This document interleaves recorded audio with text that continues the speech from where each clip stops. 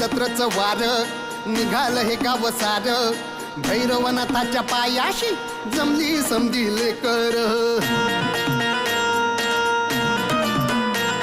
हे सुटलं जत्रच वार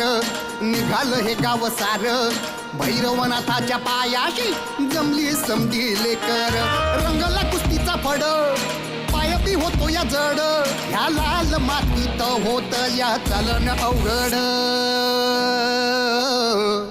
उधळू दे गुलाल वाजू दे संबळ उधळू दे गुलाल वाजू दे संबळ उधळू दे गुलाल वाजू दे संबळ उधळू दे गुलाल